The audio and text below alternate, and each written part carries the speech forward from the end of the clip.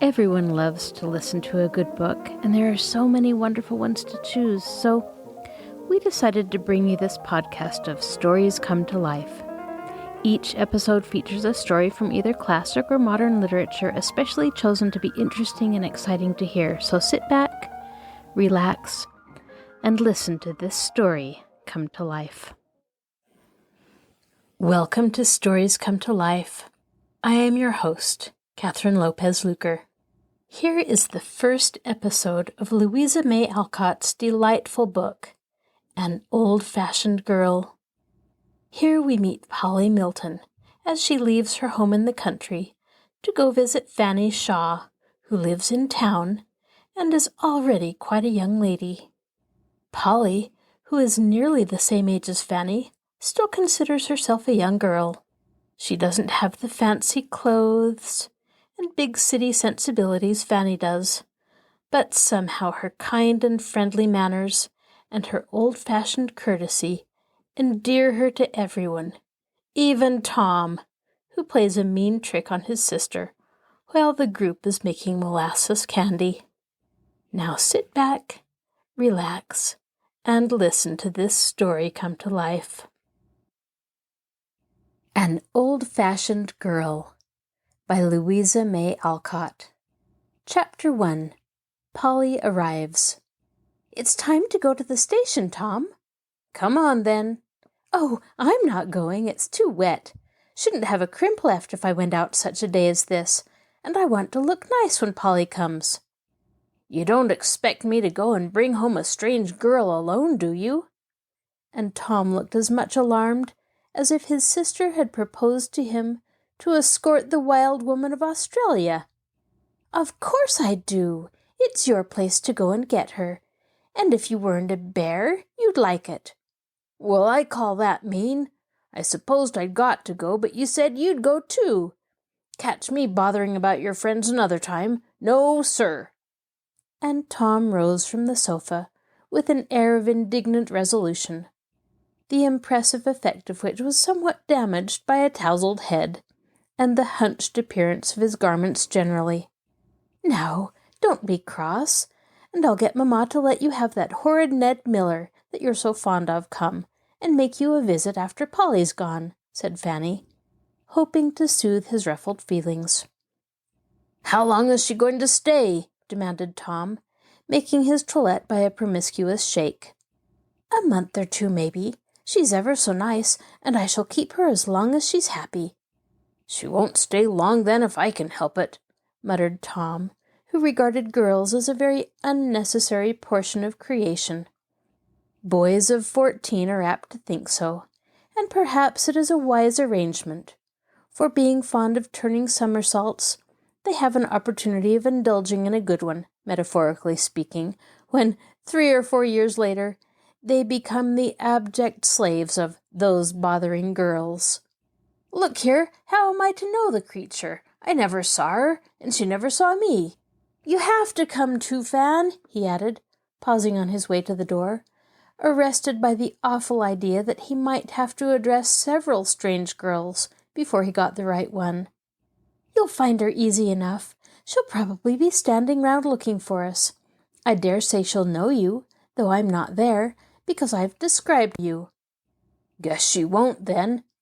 And Tom gave a hasty smooth to his curly pate, and a glance at the mirror, feeling sure that his sister hadn't done him justice. Sisters never do, as we fellows know too well. Do go along, or you'll be too late, and then what will Polly think of me? Cried Fanny, with the impatient poke, which is peculiarly aggravating to masculine dignity. She'll think you cared more about your frizzles than your friends, and she'll be about right, too. Feeling that he had said a rather neat and cutting thing, Tom sauntered leisurely away, perfectly conscious that it was late, but bent on not being hurried while in sight, though he ran himself off his legs to make up for it afterward. If I was the president, I'd make a law to shut up all boys till they were grown, for they certainly are the most provoking toads in the world, said Fanny, as she watched the slouchy figure of her brother strolling down the street. She might have changed her mind, however, if she had followed him, for as soon as he turned the corner, his whole aspect altered. His hands came out of his pockets, he stopped whistling, buttoned his jacket, gave his cap a pull, and went off at a great pace. The train was just in when he reached the station, panting like a racehorse, and as red as a lobster with the wind and the run. "Suppose she'll wear a top-knot and a thingamabob, like everyone else, and however shall I know her? Too bad of Fan to make me come alone," thought Tom as he stood watching the crowd stream through the depot, and feeling rather daunted at the array of young ladies who passed. As none of them seemed looking for anyone, he did not accost them, but eyed each new batch with an air of a martyr. "That's her," he said to himself as he presently caught sight of a girl in a gorgeous array, standing with her hands folded, and a very small hat perched on top of a very large chignon, or chignon, as Tom pronounced it. "I suppose I've got to speak to her, so here goes." And nerving himself to the task, Tom slowly approached the damsel, who looked as if the wind had blown her clothes into rags. Such a flapping of sashes, scallops, ruffles, curls, and feathers was there. "I say, if you please, is your name Polly Milton?" meekly asked Tom, pausing before the breezy stranger. "No, it isn't," answered the young lady with a cool stare that utterly quenched him. "Where in the thunder is she?" growled Tom, walking off in high dudgeon. The quick tap of feet behind him made him turn in time to see a fresh-faced little girl running down the long station, and looking as if she rather liked it. As she smiled and waved her bag at him, he stopped and waited for her, saying to himself, "Hullo, I wonder if that's Polly." Up came the little girl with her hand out, and a half-shy, half-merry look in her blue eyes, as she said inquiringly, "This is Tom, isn't it?" "Yes. How did you know?" And Tom got over the ordeal of handshaking without thinking of it, he was so surprised.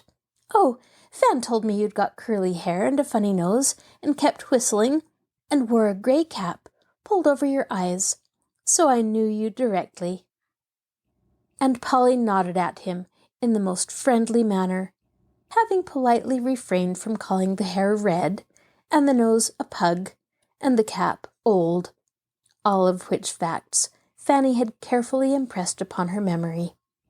"Where are your trunks?" asked Tom, as he was reminded of his duty by her handing him the bag, which he had not offered to take.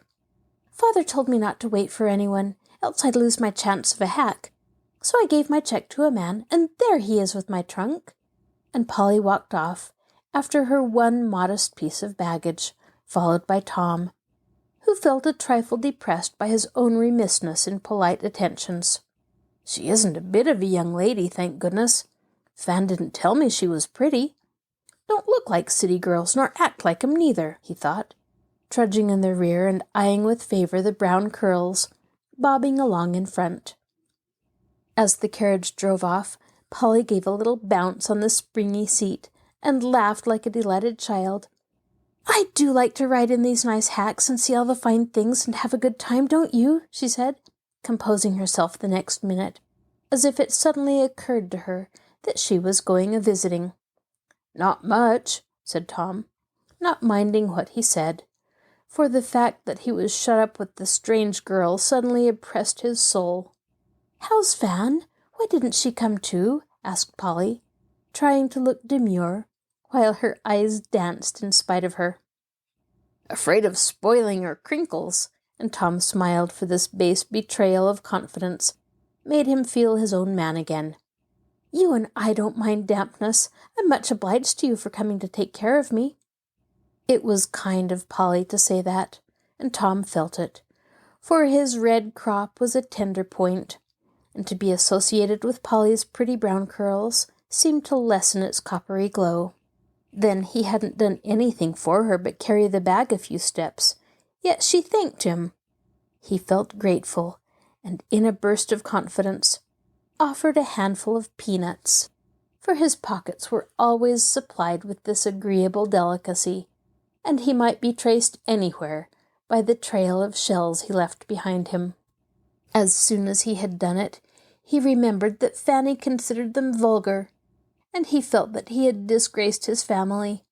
So he stuck his head out of the window and kept it there so long that Polly asked if anything was the matter. "Pooh! Who cares for a countrified little thing like her?" said Tom manfully to himself. And then the spirit of mischief entered in and took possession of him. "He's pretty drunk, but I guess he can hold his horses," replied this evil-minded boy, with an air of calm resignation. "Oh, is the driver tipsy? Oh dear, let's get out. Are the horses bad? It's very steep here. Do you think it's safe?" cried poor Polly, making a cocked hat of her little beaver by thrusting it out of the half-open window on her side.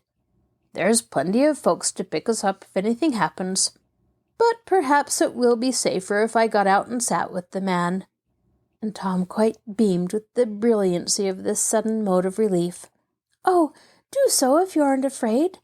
Mother would be so anxious if anything should happen to me so far away," cried Polly, much distressed. "Don't you be worried. I'll manage the old chap and the horses too."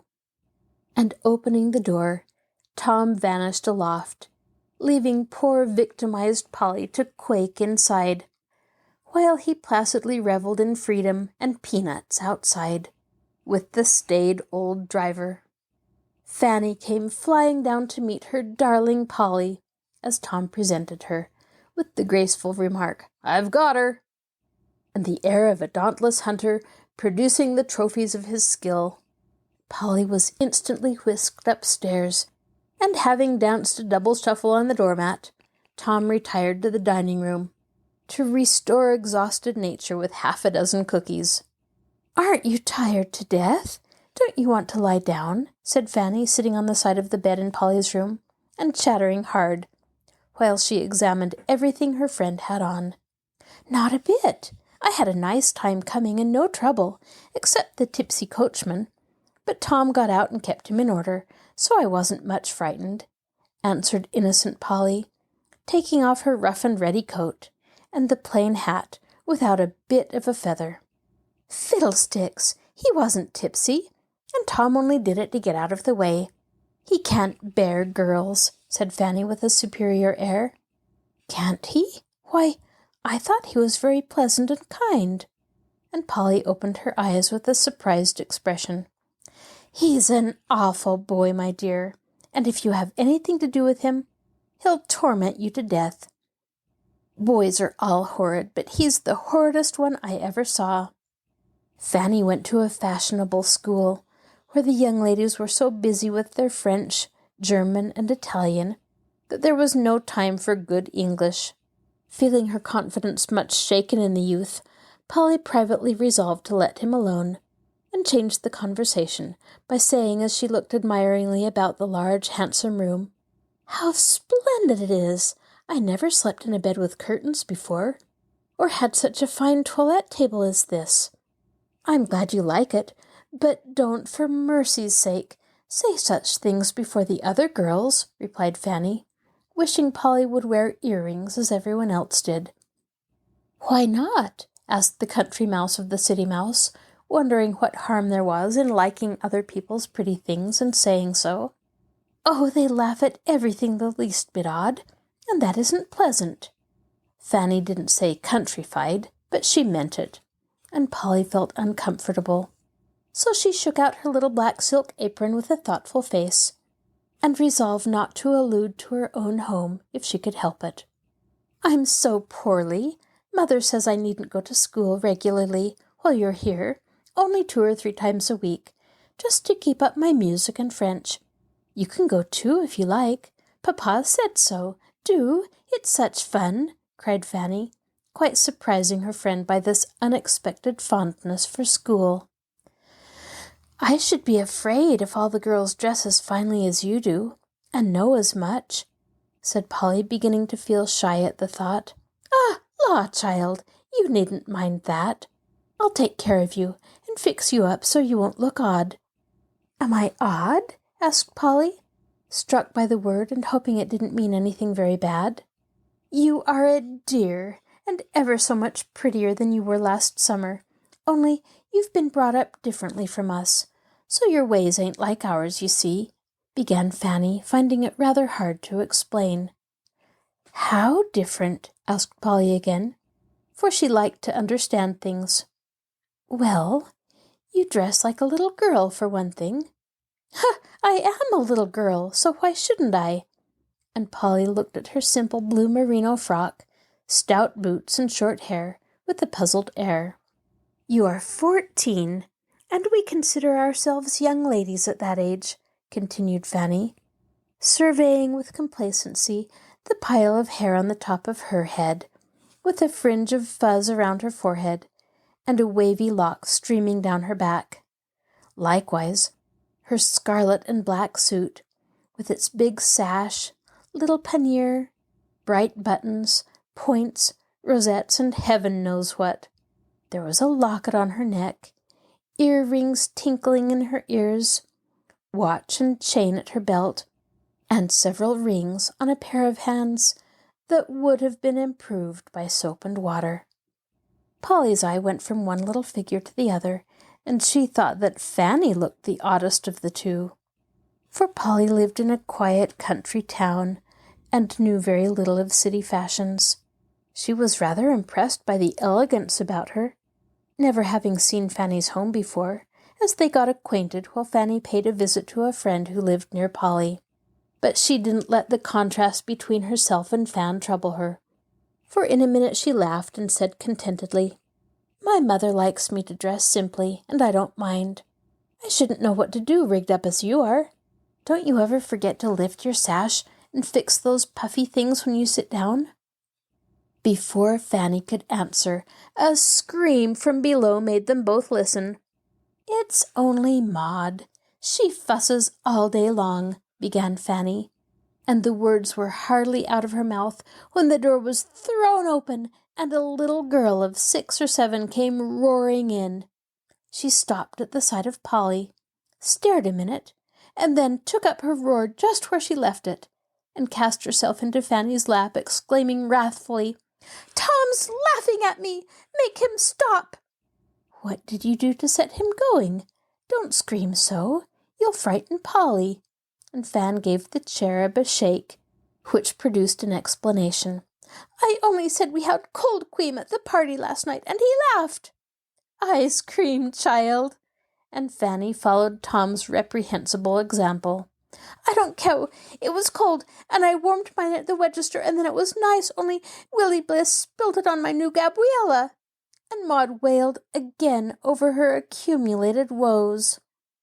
"Do go to Katy. You're as cross as a little bear today," said Fanny, pushing her away. "Katy don't amuse me, and I must be amused, 'cause I'm fractious. Mamma said I was," sobbed Maud, evidently laboring under the delusion that fractiousness was some interesting malady. "Come down and have dinner. That will amuse you." And Fanny got up, pluming herself as a bird does before its flight. Polly hoped the dreadful boy would not be present, but he was, and stared at her all dinner time in a most trying manner. Mr. Shaw, a busy-looking gentleman, said, "How do you do, my dear? Hope you enjoy yourself," and then appeared to forget her entirely. Mrs. Shaw, a pale, nervous woman, greeted her little guest kindly, and took care that she wanted for nothing. Madam Shaw, a quiet old lady with an imposing cap, exclaimed on seeing Polly, "Bless my heart, the image of her mother, a sweet woman. How is she, dear?"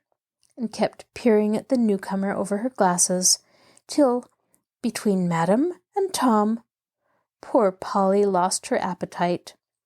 Fanny chatted like a magpie, and Maud fidgeted, till Tom proposed to put her under the big dish cover, which produced such an explosion that the young lady was borne screaming away by the much-enduring Katy. It was altogether an uncomfortable dinner, and Polly was very glad when it was over. They all went about their own affairs, and after doing the honours of the house, Fan was called to the dressmaker, leaving Polly to amuse herself in the great drawing-room. Polly was glad to be alone for a few minutes, and having examined all the pretty things about her, began to walk up and down over the soft flowery carpet, humming to herself as the daylight faded, and only the ruddy glow of the fire filled the room. Presently, Madam came slowly in and sat down in her armchair, saying, "That's a fine old tune. Sing it to me, my dear. I haven't heard it this many a day." Polly didn't like to sing before strangers, for she had had no teaching but such as her busy mother could give her. But she had been taught the utmost respect for old people, and having no reason for refusing, she went directly to the piano and did as she was bid. "That's the sort of music it's a pleasure to hear. Sing some more, dear," said Madam, in her gentle way when she had done. Pleased with this praise, Polly sang away in a fresh little voice that went straight to the listener's heart and nestled there. The sweet old tunes that one is never tired of were at Polly's store, and her favourites were Scotch airs, such as "Yellow-Haired Laddie," "Jock o' Hazeldean," "Down Among the Heather," and "Berks of Aberfeldy." The more she sang, the better she did it, and when she wound up with "A Health to King Charlie," the room quite rung with the stirring music made by the big piano and the little maid. "By George, that's a jolly tune! Sing it again, please," cried Tom's voice, and there was Tom's red head bobbing up over the high back of the chair where he had hidden himself. It gave Polly quite a turn, for she thought no one was hearing her but the old lady dozing by the fire. "I can't sing any more, I'm tired," she said, and walked away to Madam in the other room. The red head vanished like a meteor, for Polly's tone had been decidedly cool.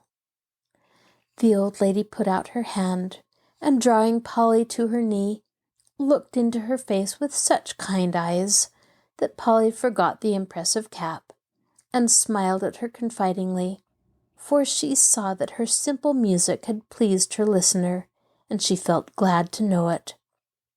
"You mustn't mind my staring, dear," said Madam, softly pinching her rosy cheek.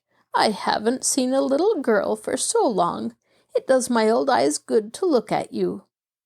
Polly thought that a very odd speech, and couldn't help saying, "Aren't Fan and Maud little girls too?" "Oh dear, no, not what I call little girls. Fan has been a young lady these 2 years, and Maud is a spoiled baby. Your mother's a very sensible woman, my child." "What a very queer old lady," thought Polly, but she said, "Yes'm," respectfully, and looked at the fire. "You don't understand what I mean, do you?" asked Madam, still holding her by the chin. "No'm, not quite." "Well, my dear, I'll tell you. In my day, children of 14 and 15 didn't dress in the height of the fashion, go to parties, as nearly like those of grown people as it's possible to make them, lead idle, giddy, unhealthy lives, and get blasé at 20. We were little folks till 18 or so, worked and studied, dressed and played, like children, honored our parents, and our days were much longer in the land than now, it seems to me." The old lady appeared to forget Polly at the end of her speech, for she sat patting the plump little hand that lay in her own, and looked up at a faded picture of an old gentleman with a ruffled shirt and a queue. "Was he your father, Madam?" "Yes, dear, my honored father. I did up his frills to the day of his death, and the first money I ever earned was $5, which he offered as a prize to whichever of his 6 girls would lay the handsomest darn in his silk stockings." "How proud you must have been!" cried Polly, leaning on the old lady's knee with an interested face. "Yes, and we all learned to make bread and cook, and wore little chintz gowns, and were as happy and hearty as kittens. All lived to be grandmothers and grandfathers, and I'm the last. 70 next birthday, my dear, and not worn out yet, though daughter Shaw is an invalid at 40. That's the way I was brought up, and that's why Fan calls me old-fashioned, I suppose. Tell me more about your papa, please. I like it," said Polly. "Say father. We never called him papa. And if one of my brothers had addressed him as governor, as boys do now, I really think he'd have cut him off without a shilling." Madame raised her voice in saying this, and nodded significantly, but a mild snore from the other room seemed to assure her that it was a waste of shot to fire in that direction. Before she could continue, in came Fanny with the joyful news that Clara Bird had invited them both to go to the theatre with her that very evening, and would call for them at 7 o'clock. Polly was so excited by this sudden plunge into the dissipations of city life that she flew about like a distracted butterfly and hardly knew what happened, till she found herself seated before the great green curtain in the brilliant theatre. Old Mr. Bird sat on one side, Fanny on the other, and both let her alone, for which she was very grateful, as her whole attention was so absorbed in the scene around her that she couldn't talk. Polly had never been much to the theatre, and the few plays she had seen were the good old fairy tales, dramatized to suit young beholders, lively, bright, and full of the harmless nonsense which brings the laugh without the blush. That night she saw one of the new spectacles, which have lately become the rage, and run for hundreds of nights, dazzling, exciting, and demoralizing the spectator by every allurement French ingenuity can invent, and American prodigality execute. Never mind what its name was.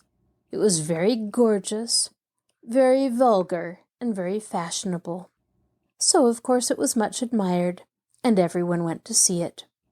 At first, Polly thought she had got into fairyland, and saw only the sparkling creatures who danced and sung in a world of light and beauty. But presently she began to listen to the songs and conversation, and then the illusion vanished, for the lovely phantoms sang bawdy melodies, talked slang, and were a disgrace to the good old-fashioned elves whom she knew and loved so well. Our little girl was too innocent to understand half the jokes, and often wondered what people were laughing at.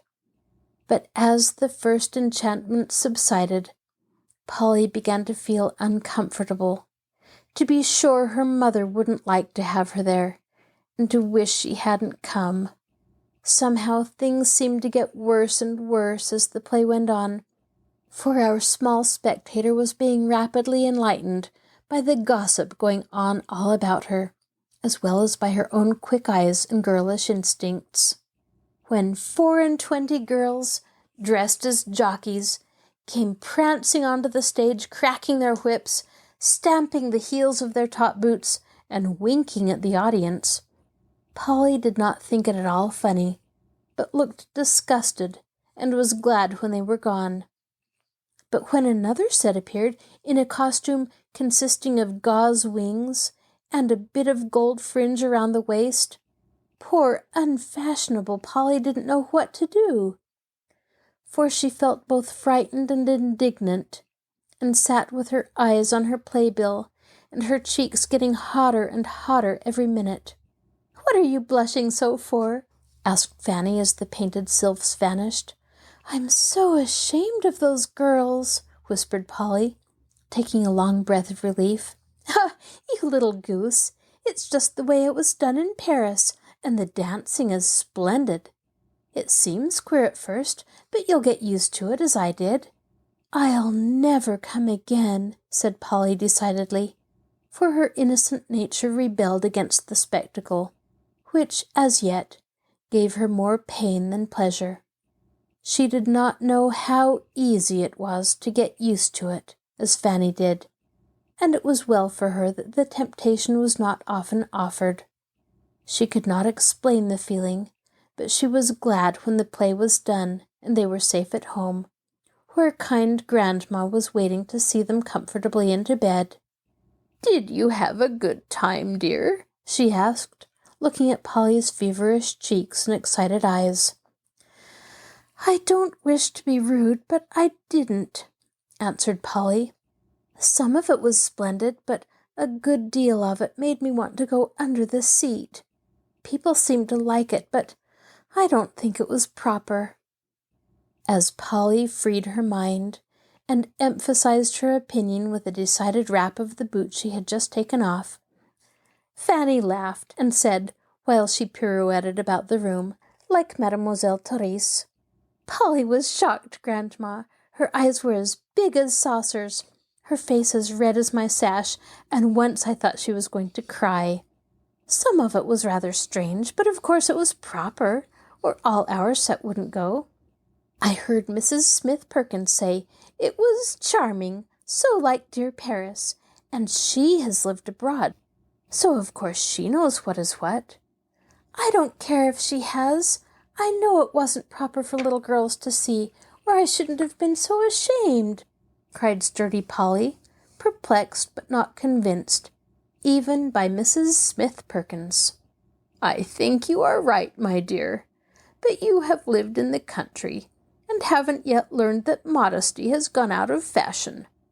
And with a good-night kiss, Grandma left Polly to dream dreadfully of dancing in jockey costume on a great stage, while Tom played a big drum in the orchestra, and the audience all wore the faces of her father and mother, looking sorrowfully at her with eyes like saucers and faces as red as Fanny's sash. Chapter 2. New Fashions. "I'm going to school this morning, so come up and get ready," said Fanny a day or two after as she left the late breakfast table. "You look very nice. What have you got to do?" asked Polly, following her into the hall. "Prink half an hour and put on her wad," answered the irreverent Tom, whose preparations for school consisted in flinging his cap onto his head and strapping up several big books that looked as if they were sometimes used as weapons of defense. "What is a wad?" asked Polly, while Fanny marched up without deigning any reply. "Somebody's hair on the top of her head in the place where it ought not to be," and Tom went whistling away with an air of sublime indifference as to the state of his own curly pow. "Why must you be so fine to go to school?" asked Polly, watching Fan arrange the little frizzles on her forehead and settle the various streamers and festoons belonging to her dress. "All the girls do, and it's proper, for you never know who you may meet. I'm going to walk after my lessons, so I wish you'd wear your best hat and sack," answered Fanny, trying to stick her own hat on at an angle which defied all the laws of gravitation. "I will, if you don't think this is nice enough. I like the other best, because it has a feather, but this is warmer, so I wear it every day." And Polly ran into her own room, to prink also, fearing that her friend might be ashamed of her plain costume. "Won't your hands be cold in kid gloves?" she said as they went down the snowy street, with a north wind blowing in their faces. "Oh, yes, horrid cold, but my muff is so big I won't carry it. Mamma won't have it cut up, and my ermine one must be kept for best." And Fanny smoothed her thin kid gloves with an injured air. "I suppose my gray squirrel muff is ever so much too big, but it's nice and cozy, and you may warm your hands in it if you want to," said Polly, surveying her new woolen gloves with a dissatisfied look, though she had thought them quite elegant before. "Perhaps I will by and by. Now, Polly, don't you be shy. I'll only introduce 2 or 3 of the girls, and you needn't mind old Monsieur a bit, or read if you don't want to. We shall be in the anteroom, so you'll only see about a dozen, and they'll be so busy they won't mind you much. I guess I won't read, but I'll sit and look on. I like to watch people. Everything is so new and strange here." But Polly did feel and look very shy when she was ushered into a room full of young ladies, as they seemed to her, all very much dressed, all talking together, and all turning to examine the newcomer with a cool stare, which seemed to be as much the fashion as eyeglasses. They nodded affably when Fanny introduced her, said something civil, and made room for her at the round table at which they sat, waiting for Monsieur. Several of the more frolicsome were imitating the Grecian bend. Some were putting their heads together over little notes. Nearly all were eating confectionery, and the entire 12 chattered like magpies. Being politely supplied with caramels, Polly sat looking and listening, feeling very young and countrified among these elegant young ladies. "Girls, do you know that Carrie has gone abroad? There's been so much talk her father couldn't bear it, and took the whole family off. Isn't that a surprise?" said one lively damsel who had just come in. "I should think they'd better go. My mamma says if I'd been going to that school, she'd have taken me straight away," answered another girl with an important air. "Carrie ran away with an Italian music teacher, and it got into the papers and made a great stir," explained the first speaker to Polly, who looked mystified.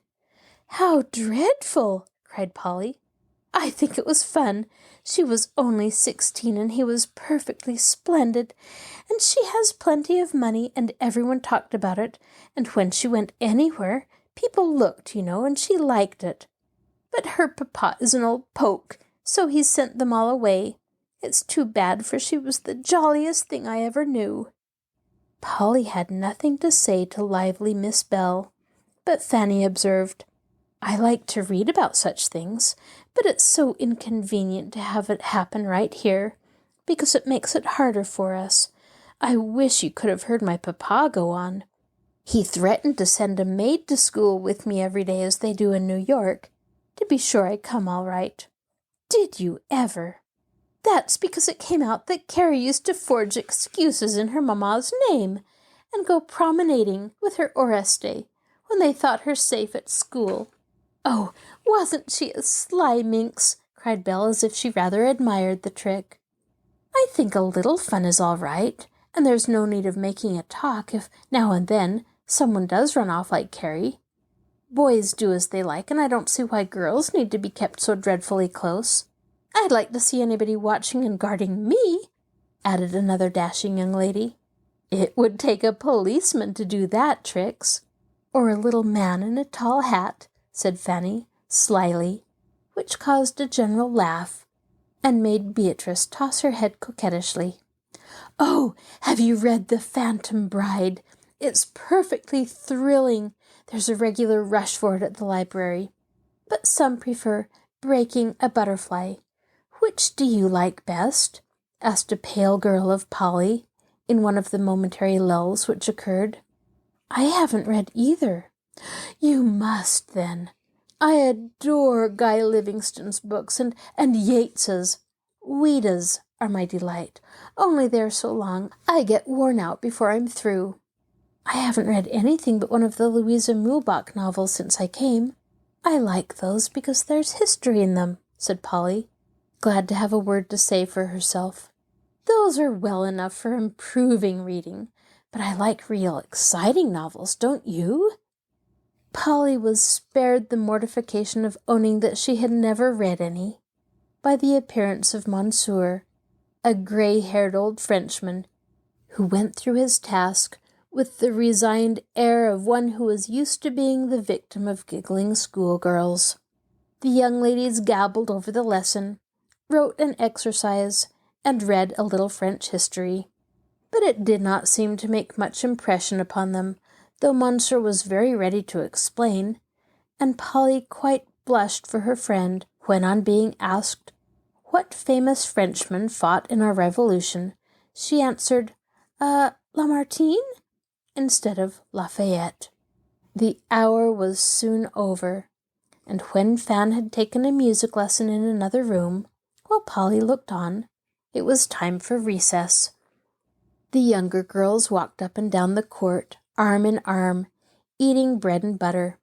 Others stayed in the schoolroom to read and gossip, but Belle, Trix, and Fanny went to lunch at a fashionable ice cream saloon nearby, and Polly meekly followed, not daring to hint at the gingerbread Grandma had put in her pocket for luncheon. So the honest brown cookies crumbled away in obscurity, while Polly tried to satisfy her hearty appetite on 1 ice and 3 macaroons. The girls seemed in great spirits, particularly after they were joined by a short gentleman with such a young face that Polly would have called him a boy if he had not worn a tall beaver hat. Escorted by this impressive youth, Fanny left her unfortunate friends to return to school, and went to walk, as she called, a slow promenade down the most crowded streets.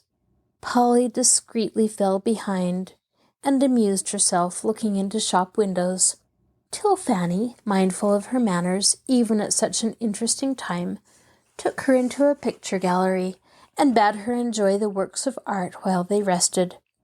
Obedient Polly went through the room several times, apparently examining the pictures with an interest of a connoisseur, and trying not to hear the mild prattle of the pair on the round seat. But she couldn't help wondering what Fan found so absorbing in an account of a recent play, and why she need promise so solemnly not to forget the concert that afternoon. When Fanny rose at last, Polly's tired face reproached her, and taking a hasty leave of the small gentleman, she turned homeward, saying confidentially as she put one hand in Polly's muff, "Now, my dear, you mustn't say a word about Frank Moore, or Papa will take my head off. I don't care for him a bit, and he likes Trix, only they have quarrelled, and he wants to make her mad by flirting with me a little. I scolded him well, and he promised to make up with her. We all go to the afternoon concerts, and Belle and Trix are to be there today, so just keep quiet, and everything will be all right." "I'm afraid it won't," began Polly, who, not being used to secrets, found it very hard to keep even a small one. "Don't worry, child. It's none of our business, so we can go and enjoy the music. And if other people flirt, it won't be our fault," said Fanny impatiently. "Of course not, but then, if your father doesn't like you to do so, ought you to go? I tell Mamma, and she doesn't care. Papa is fussy, and Grandma makes a stir about every blessed thing I do.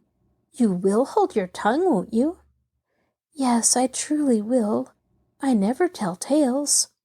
And Polly kept her word, feeling sure Fan didn't mean to deceive her father, since she told her mother everything. "Who are you going with?" asked Mrs. Shaw, when Fanny mentioned that it was concert day, just before 3 o'clock. "Only Polly. She likes music, and it was so stormy I couldn't go last week, you know," answered Fan, adding as they left the house again, "If anyone meets us on the way, I can't help it, can I?" "You can tell them not to, can't you?" "That's rude. Dear me! Here's Belle's brother Gus. He always goes. Is my hair all right, and my hat?" Before Polly could answer, Mr. Gus joined them as a matter of course, and Polly soon found herself trotting on behind, feeling that things were not all right, though she didn't know how to mend them. Being fond of music, she ignorantly supposed that everyone else went for that alone, and was much disturbed by the whispering that went on among the young people around her. Belle and Trix were there in full dress, and in the pauses between different pieces, Messrs. Frank and Gus, with several other splendid fellows, regaled the young ladies with college gossip, and bits of news full of interest, to judge from the close attention paid to their eloquent remarks. Polly regarded these noble beings with awe, and they recognized her existence with the condescension of their sex. But they evidently considered her only a quiet little thing, and finding her not up to society talk, blandly ignored the pretty child, and devoted themselves to the young ladies. Fortunately for Polly, she forgot all about them in her enjoyment of the fine music, which she felt rather than understood, and sat listening with such a happy face that several true music lovers watched her smilingly, for her heart gave a blithe welcome to the melody which put the little instrument in tune. It was dusk when they went out, and Polly was very much relieved to find the carriage waiting for them, because playing third fiddle was not to her taste, and she had had enough of it for one day. "I'm glad those men are gone away. They did worry me so talking when I wanted to hear," said Polly as they rolled away. "Which one did you like best?" asked Fanny, with a languid air of superiority. "The plain one who didn't say much. He picked up my muff when it tumbled down, and took care of me in the crowd. The others didn't mind anything about me. They thought you were a little girl, I suppose." "My mother says a real gentleman is as polite to a little girl as to a woman. So I like Mr. Sidney best, because he was kind to me." "What a sharp child you are, Polly. I shouldn't have thought you'd mind things like that," said Fanny, beginning to understand that there may be a good deal of womanliness, even in a little girl. "I'm used to good manners, though I do live in the country," replied Polly, rather warmly, for she didn't like to be patronized even by her friends. "Grandma says your mother is a perfect lady, and you are just like her, so don't get in a passion with those poor fellows, and I'll see that they behave better next time. Tom has no manners at all, and you don't complain of him," added Fan with a laugh. "I don't care if he hasn't. He's a boy and he acts like one, and I can get on with him a great deal better than I can with those men." Fanny was just going to take Polly to task for saying "those men" in such a disrespectful tone, when both were startled by a smothered cock-a-doodle-doo from under the opposite seat. "It's Tom!" cried Fanny, and with the words out tumbled that incorrigible boy, red in the face and breathless with suppressed laughter. Seeing himself, he surveyed the girls as if well satisfied with the success of his prank, and waited to be congratulated upon it. "Did you hear what we were saying?" demanded Fanny uneasily. "Oh, didn't I? Every word!" And Tom exulted over them visibly. "Did you ever see such a provoking toad, Polly? Now I suppose you'll go and tell Papa a great story." "Perhaps I shall, and perhaps I shan't. How Polly did hop when I crowed! I heard her squeal and saw her cuddle up her feet." "And you heard us praise your manners, didn't you?" asked Polly slyly. "Yes, and you liked 'em, so I won't tell on you," said Tom, with a reassuring nod. "There's nothing to tell." "Ain't there, though? What do you suppose the governor'll say to you girls going on so with those dandies? I saw you." "What has the governor of Massachusetts to do with us?" asked Polly, trying to look as if she meant what she said. "Ah, you know what I mean, so you needn't try to catch me up as Grandma does." "Tom, I'll make a bargain with you," cried Fanny eagerly. "It wasn't my fault that Gus and Frank were there, and I couldn't help their speaking to me. I do as well as I can, and Papa needn't be angry, for I behave ever so much better than some of the girls, don't I, Polly?" "Bargain?" observed Tom, with an eye to business. "If you won't go and make a fuss, telling what you'd no right to hear, and it was so mean of to hide and listen, I should think you'd be ashamed of it. I'll help you tease for your velocipede, and won't say a word against it when Mamma and Granny beg Papa not to let you have it." "Will you?" And Tom paused to consider the offer in all its bearings. "Yes, and Polly will help, won't you?" I'd rather not have anything to do with it, but I'll be quiet and not do any harm." "Why won't you?" asked Tom curiously. "Because it seems like deceiving." "Well, Papa needn't be so fussy," said Fan petulantly. "After hearing about that Carrie and the rest, I don't wonder that he is fussy. Why don't you tell right out and not do it any more, if he doesn't want you to?"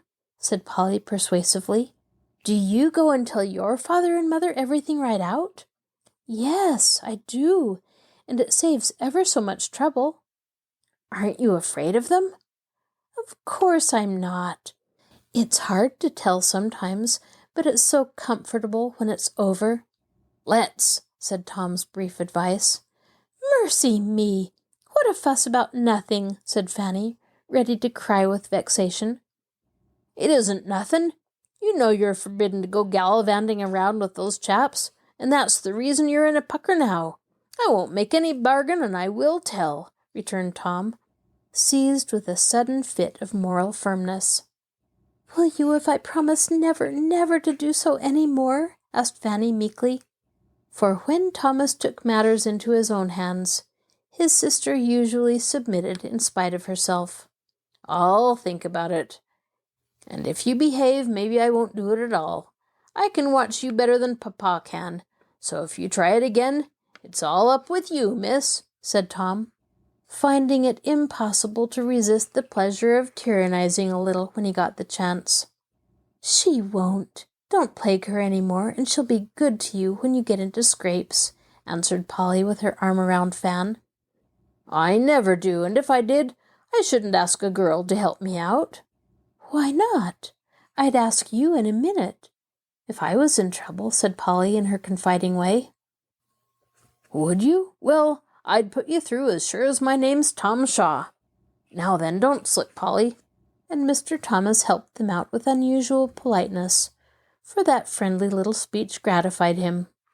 He felt that one person appreciated him, and it had a good effect upon manners and temper, made rough and belligerent by constant snubbing and opposition.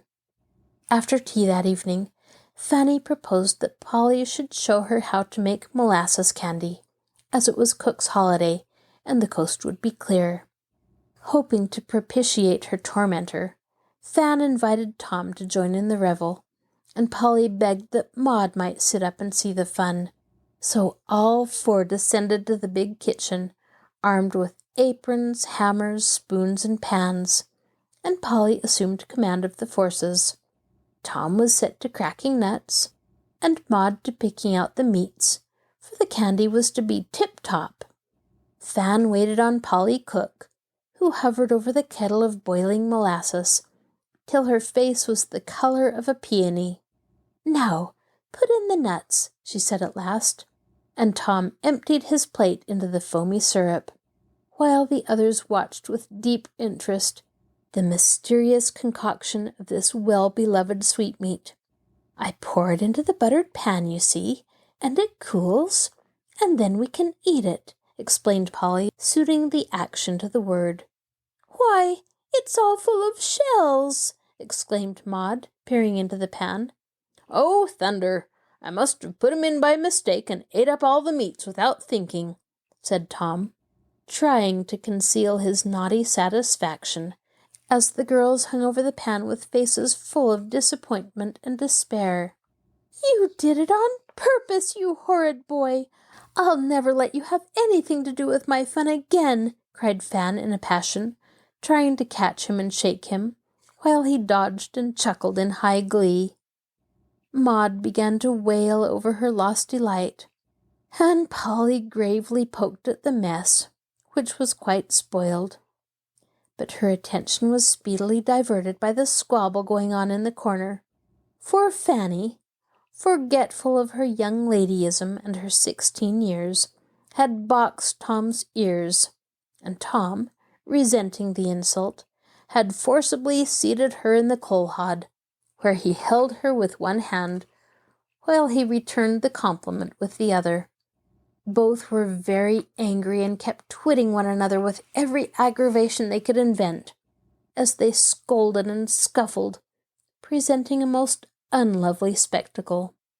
Polly was not a model girl by any means, and had her little pets and tempers like the rest of us, but she didn't fight, scream, and squabble with her brothers and sisters in this disgraceful way, and was much surprised to see her elegant friend in such a passion.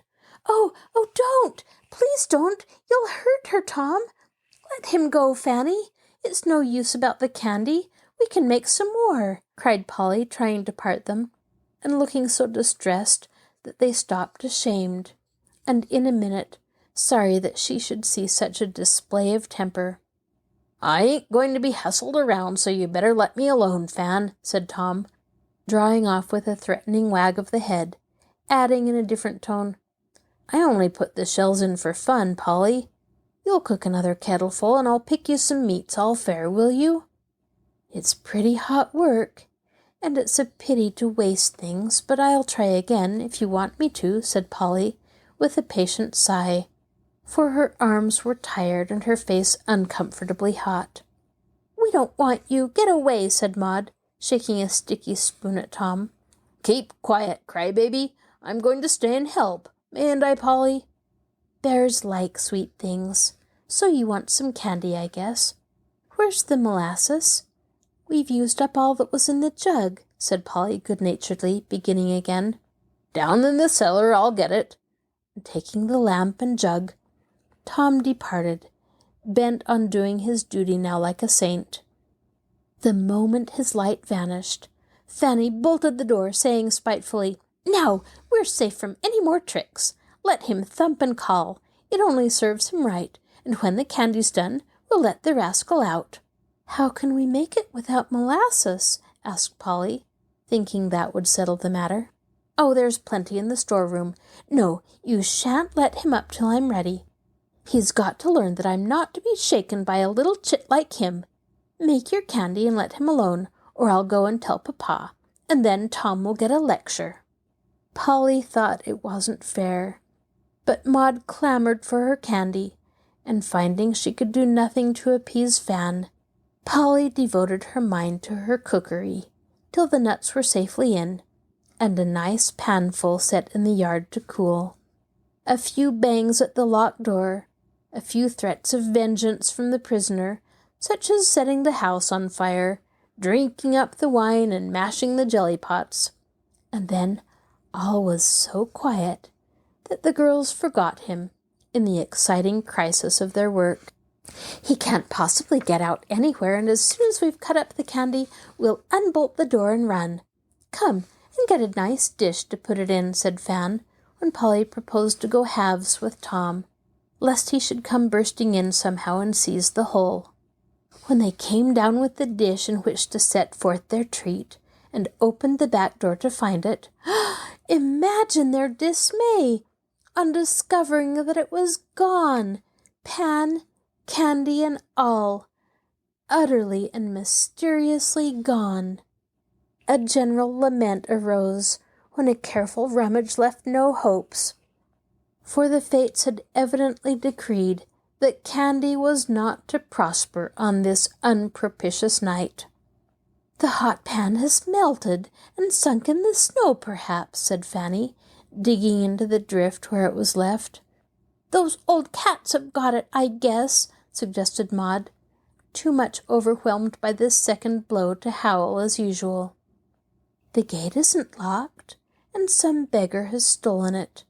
I hope it will do him good," added Polly, turning from her exploring expedition.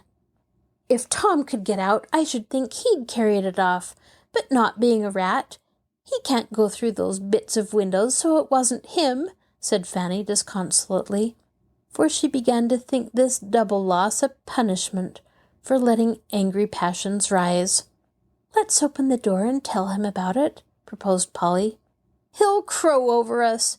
"No, we'll open it and go to bed, and he can come out when he likes.